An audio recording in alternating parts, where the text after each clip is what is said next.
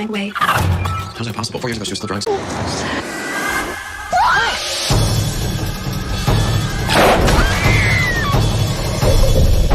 Universes. I don't know And you. what's going on in my head, what's real, what's not.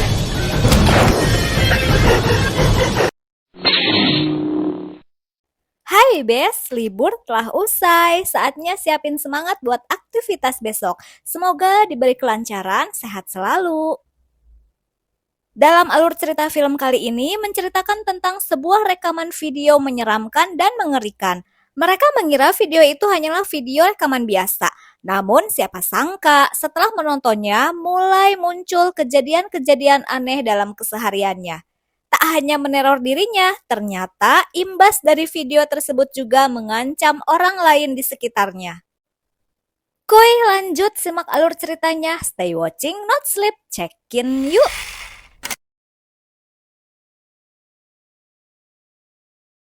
Dering diawali dengan diperlihatkan dua sosok remaja yang sedang berada dalam sebuah kamar. Mereka adalah Katie dan Becca. Mereka sedang membicarakan mengenai rumor sebuah rekaman video misterius yang menurut cerita, konon katanya setelah menonton video itu, mereka hanya memiliki waktu 7 hari sebelum pada akhirnya mati tanpa sebab. Ternyata secara diam-diam, Katie telah menonton video rekaman itu bersama beberapa temannya saat menginap di sebuah villa. Namun, Katie menganggap rumor tersebut hanyalah sebuah guyonan saja. Tanpa dia sadari, malam itu adalah hari ke-7 dari semenjak Katie menonton video itu.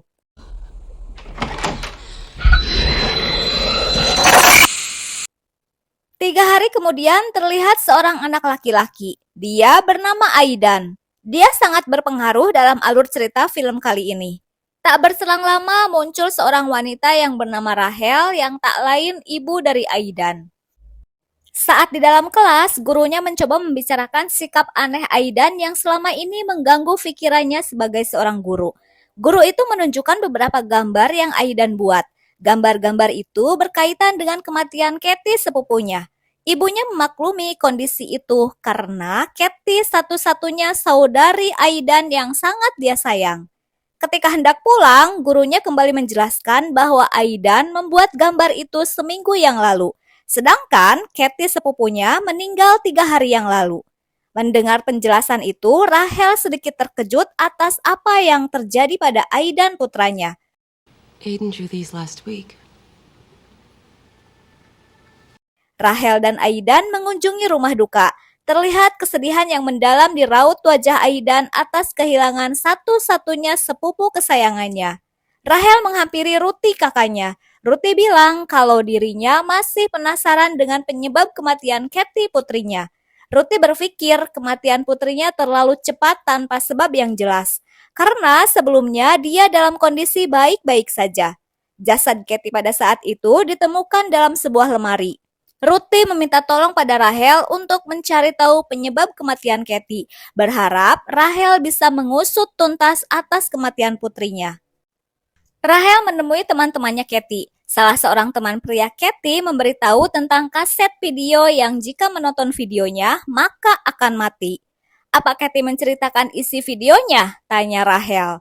Temannya Katie menjawab kalau dia mengetahui ceritanya dari Josh pacarnya. Saat Rachel menanyakan Josh, temannya menjawab kalau Josh sudah mati. Dia bunuh diri di malam yang sama dengan kematian Katie. Di scene berbeda terlihat Aidan yang sedang memasuki kamar Katie. Rachel yang melihat segera menyuruhnya untuk keluar dari kamar. Saat Rachel sedang melihat-lihat album milik Katie, dia tidak sengaja menemukan sebuah kwitansi pembayaran cetak foto yang belum lama ini Katie order. Kemudian Rachel mengambil kwitansi itu untuk mengambil foto yang Katie cetak. Di keesokan pagi, Rachel mengambil foto itu. Ternyata foto itu diambil seminggu sebelum kematian Katie ketika mereka berlibur di sebuah villa bersama beberapa temannya. Sesampai di rumah, Rachel mencari informasi tentang Josh di internet. Dia menemukan sebuah berita tentang kematian Josh.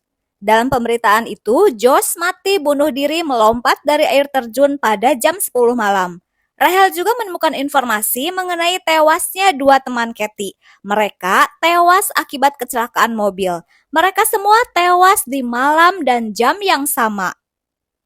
Rahel melanjutkan mencari informasi ke penginapan di Shelter Mountain, tempat di mana Kathy dan teman-temannya menonton rekaman video saat itu. Sesampai di sana, Rahel menanyakan tentang pengunjung seminggu lalu sambil menunjukkan foto Kathy dan teman-temannya. Penjaga penginapan membenarkan kalau mereka pernah menginap di sini, namun mereka pergi tanpa membayar sewanya. Rahel kemudian memesan kabin nomor 12 tempat mereka menginap saat itu. Di lobi penginapan, Rahel melihat kaset-kaset video dalam sebuah rak. Penjaga bilang, karena sinyal televisi di sini jelek, jadi untuk sekedar hiburan, mereka menyediakan kaset film untuk tontonan tamu mereka. Mata Rahel tertuju pada sebuah kaset video berwarna hitam. Secara diam-diam, Rahel mengambil kaset video itu. Tak lama dia pergi menuju kabin nomor 12. Di sana, Rahel mulai memutar rekaman kaset video itu. Isi video itu terlihat horor menyeramkan, semacam sebuah teka-teki misteri.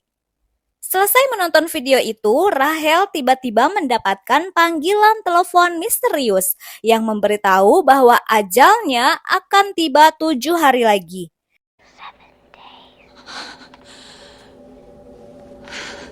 Mendengar hal itu, Rahel segera kembali pulang ke apartemennya. Hari pertama, Rahel menceritakan pada Noah kekasihnya tentang kejadian kemarin yang dia alami. Rahel bilang menemukan kaset itu di penginapan Shelter Mountain. Dia sudah menonton video tersebut di penginapan. Rahel sedikit khawatir karena mulai merasakan hal aneh. Dia melihat foto dirinya ngeblur. Itu sama halnya dengan yang terjadi pada Kathy saat sebelum dia meninggal. Noah memaksa Rahel untuk menunjukkan rekaman video itu. Dengan berat hati, dia menunjukkannya pada Noah. Pada akhirnya, Noah pun menonton video itu. Tak lama kemudian, telepon berdering. Namun, Rahel mengabaikan teleponnya. Rahel meminta Noah untuk membantu mencari tahu informasi mengenai asal-usul video itu.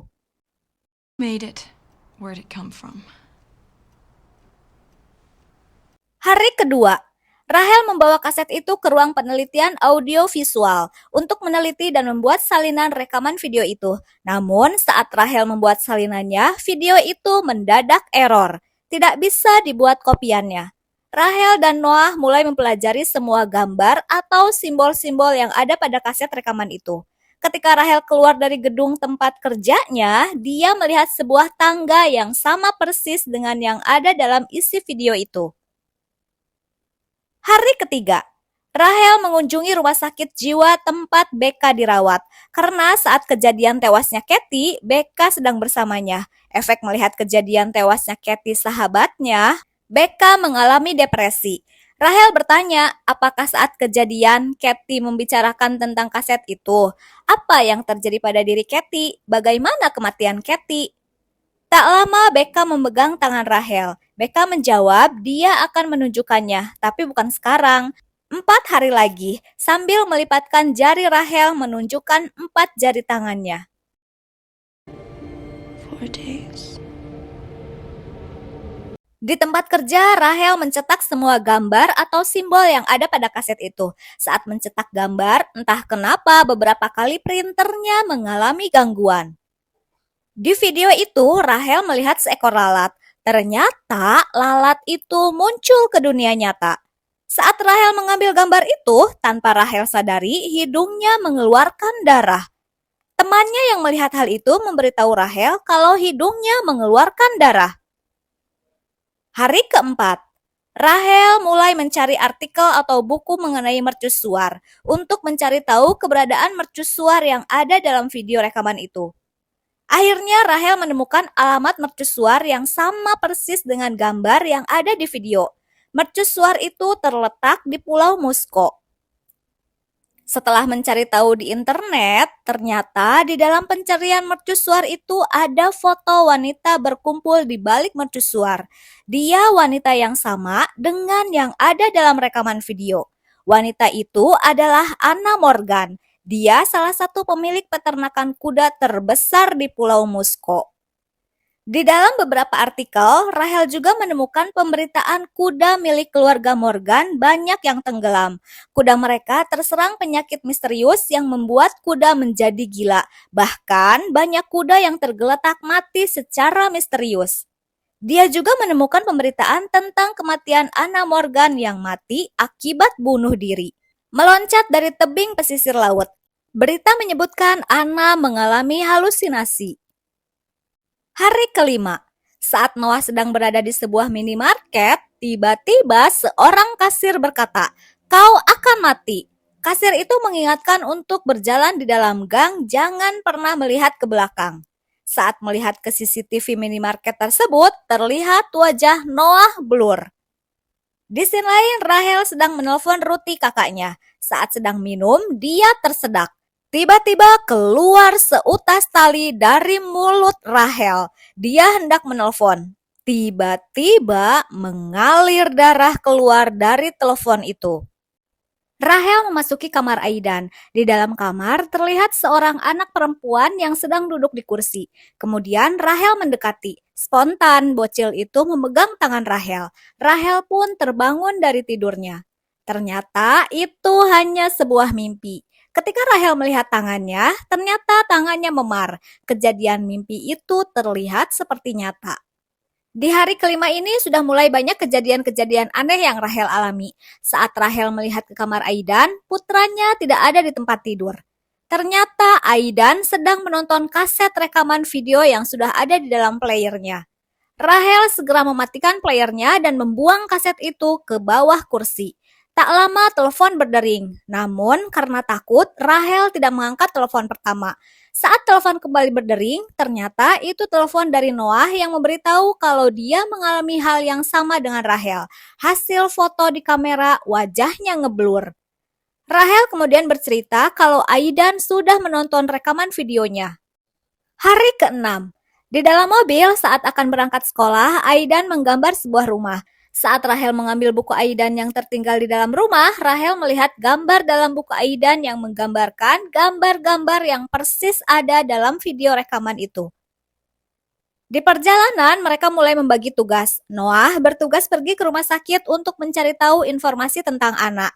Isi kaset itu memberikan sebuah petunjuk, sedangkan Rahel pergi menuju Pulau Musko, peternakan kediaman Anna Morgan. Sesampai di rumah itu, Rahel melihat sebuah jendela yang sama persis seperti dalam kaset rekaman itu. Kemudian, Anna bertemu seorang pria. Dia adalah Richard Morgan, suaminya Anna. Richard cukup tertutup mengenai hal yang berkaitan dengan istri dan keluarganya di masa lalu. Rahel menunjukkan kaset video itu pada Richard. Rahel merasa kalau video ini sebuah pesan dari istrimu. Anna ada dalam kaset ini, sebuah ruangan, mercusuar, serta kuda. "Dari mana kamu mendapatkan kaset ini?" tanya Richard. Rahel menjawab kalau dia mendapatkannya di sebuah penginapan Gunung Shelter. Mendengar itu, Richard mulai mengalihkan pembicaraan. Kemudian Rahel bertanya mengenai putri mereka. Richard menjawab kalau dirinya tidak memiliki anak. Richard mulai tersinggung dengan beberapa pertanyaan Rahel. Dia meminta Rahel untuk melupakan semua tentang keluarganya. Terpaksa, Rahel pun pergi. Ketika berada di halaman rumahnya, Rahel melihat rumah keluarga Morgan persis seperti yang digambarkan Aidan tadi pagi. Rahel segera menghubungi Aidan. Dia bertanya, "Dari mana kamu melihat gambar rumah itu?" Aidan mengaku ada gadis kecil yang menyuruhku. Gadis itu dalam gambar wajahnya tertutup rambut. Aidan berkata kalau gadis kecil itu tidak menyukai kuda. Itu membuatnya terbangun tengah malam. "Apa dia masih hidup?" tanya Rahel. Aidan menjawab kalau dia sekarang berada dalam kegelapan. Di tempat berbeda, Noah berhasil mendapatkan arsip dokter yang menangani Anna Morgan pada saat itu. Dia segera memberitahu Rahel alamat dokter tersebut. Kemudian Rahel menuju rumah dokter itu untuk melanjutkan mencari informasi Anna, karena dialah dokter yang menangani Anna saat itu. Di sana dia bertemu seorang wanita bernama Dr. Grensik. Kali ini Rahel mendapatkan informasi tentang putri Anna Morgan yang bernama Samara. Namun, Samara bukanlah anak kandungnya. Dia adalah anak adopsi. Entah dari mana dia berasal. Menurut Ana, ibunya Samara sudah meninggal akibat komplikasi. Dokter itu bercerita kalau saat itu Ana menginginkan sekali seorang anak, namun mereka tidak berhasil. Dokter itu kembali bercerita, suatu hari Ana mengunjunginya. Dia bercerita semenjak Samara hadir dalam keluarganya, dia sering mengalami hal menyeramkan, sering berhalusinasi, bahkan kejadian aneh. Hingga pada akhirnya Samara diasingkan di sebuah tempat. Dia menitipkan Samara di rumah sakit jiwa Eola. Dokter Grancy kembali menjelaskan, semenjak Samara pergi, semua hal menjadi baik.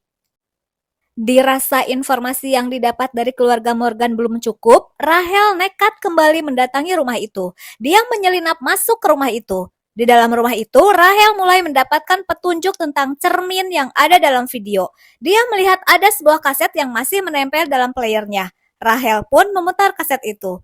Di dalamnya berisi rekaman video Samara saat sedang berada di rumah sakit jiwa. Di sana terlihat seorang dokter yang menanyakan kondisinya, karena pada saat itu Samara tidak pernah tidur, entah penyakit apa yang dideritanya. Dalam video itu Samara bercerita kalau dia menyayangi ibunya, namun dia sering menyakitinya, dan itu tidak bisa aku hentikan. Ayah menginginkanku tinggal di sini. Ayah tidak menyayangiku. Dia hanya menyayangi kuda-kudanya. Ayah ingin membuangku, ujar Samara dalam rekaman video itu. Richard yang mengetahui Rahel menyelinap masuk ke rumahnya, dia memukul Rahel dan membawa TV itu ke lantai 2 sambil bercerita, seharusnya Ana tidak memiliki anak. Richard merasa terganggu semenjak kehadiran Samara yang sering mengganggu pikiran mereka saat itu, dengan bisikan-bisikan dan membuat kuda-kuda mereka gila. Samara sering menunjukkan gambar-gambar menyeramkan hingga sampai saat ini dia tidak berhenti. Kamu sendiri membuktikannya, ujar Richard, yang mencoba melakukan bunuh diri dengan aliran listrik yang sengaja dibuat untuk menyengat tubuhnya. Rahel menjelaskan kalau dia harus segera menghentikannya, namun Richard mengingatkan bahwa Samara tidak pernah tidur. Pada akhirnya, Richard mengakhiri hidupnya dengan menyengat tubuhnya dengan aliran listrik.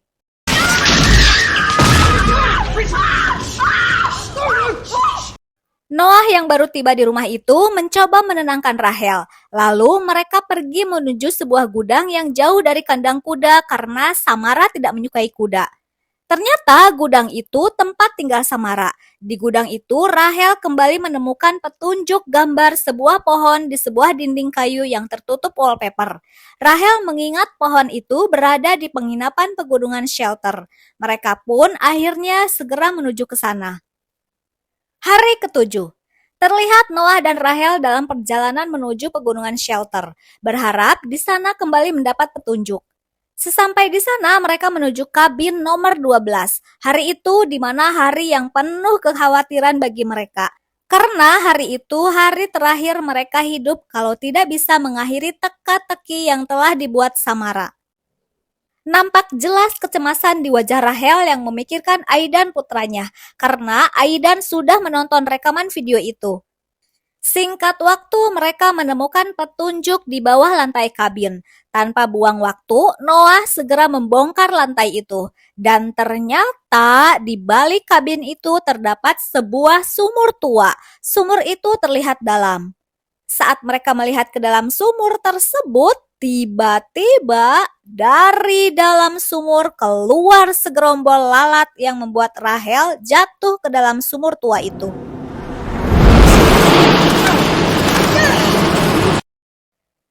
Noah bergegas pergi mencari tali untuk mengangkat Rahel dari sumur itu. Di dalam sumur itu Rahel berteriak-teriak, namun secara perlahan penutup sumur itu kembali menutup sumur. Di dalam sana Rahel melihat penampakan Samara, lalu Samara mencengkram tangan Rahel. Kemudian Rahel mulai diperlihatkan kejadian beberapa puluh tahun lalu, jauh sebelum penginapan itu dibangun. Di sana terlihat Samara yang sedang berada di dekat sumur tua. Tiba-tiba muncul Anna Morgan dari arah belakang Samara yang tanpa intro menutup kepalanya menggunakan plastik, lalu memasukkan Samara ke dalam sumur tua tersebut. Kemudian Rahel dikejutkan oleh sesuatu dalam air. Ternyata dalam sumur tua itu ditemukan tengkoraknya Samara. Singkat waktu, polisi pun datang ke TKP dan mereka berhasil mengangkat Rahel beserta tengkorak Samara dari dalam sumur tua tersebut. Noah memberitahu Rahel kalau pihak kepolisian akan segera menguburkan tengkoraknya Samara. Pada akhirnya, mereka selamat dari ancaman teror kematian dalam waktu 7 hari. Di keesokan hari, Aidan menanyakan tentang gadis kecil itu. Apakah dia masih di tempat gelap? Rahel menjawab kalau dia telah membebaskannya. Mendengar pernyataan ibunya, Aidan terkejut. Kenapa menolongnya? Kau tak seharusnya menolong dia, ujar Aidan. Seketika Rahel terkejut melihat luka memar pada tangan Aidan, seperti bekas cengkraman. Tak lama keluar darah dari hidung Aidan. Aidan kembali menjelaskan kalau dia tidak pernah tidur. Di scene berbeda terlihat Noah yang sedang bekerja. Dia dikejutkan dengan TV di apartemennya. Kemudian Noah mematikan TV tersebut. Tak lama TV itu menyala kembali. Dalam layar TV itu diperlihatkan sosok Samara keluar dari dalam sumur. Di scene lain, Rahel mencoba menghubungi Noah, namun tidak berhasil. Rahel pun segera pergi menuju apartemen Noah. Kembali ke Noah, dia terkejut melihat sosok Samara yang keluar dari layar TV yang kemudian menyerang Noah. Akhirnya Noah pun tewas di apartemennya oleh Samara. Rahel yang sedikit terlambat terkejut melihat kondisi Noah yang mati mengenaskan. Rahel segera kembali pulang dan menghancurkan kaset itu, lalu membakarnya dalam tungku api. Namun, Rahel teringat salinan rekaman video itu yang pernah dia buang di bawah kursi. Di akhir cerita, Rahel dan Aidan kembali menonton video rekaman itu. Karena Rahel berpikir, cepat atau lambat, kita akan tetap terbunuh. Aidan mengingatkan kalau Samara tidak akan pernah berhenti. Kemudian Aidan bertanya, bagaimana dengan orang yang kita tunjukkan video ini? Apa yang terjadi pada mereka? What about the person we show it to? Dan akhirnya film pun berlanjut di alur cerita Ring 2 yang akan saya posting besok ya, Bes. Thanks for watching, Bestie. Bye-bye. Step 1, wake up early, gonna rise with the sun. Step 2, get some good, some food in you. Step 3, think real hard about what you wanna be. Step 4, everybody just do your thing. Wake up, today's gonna be a good day. Wake up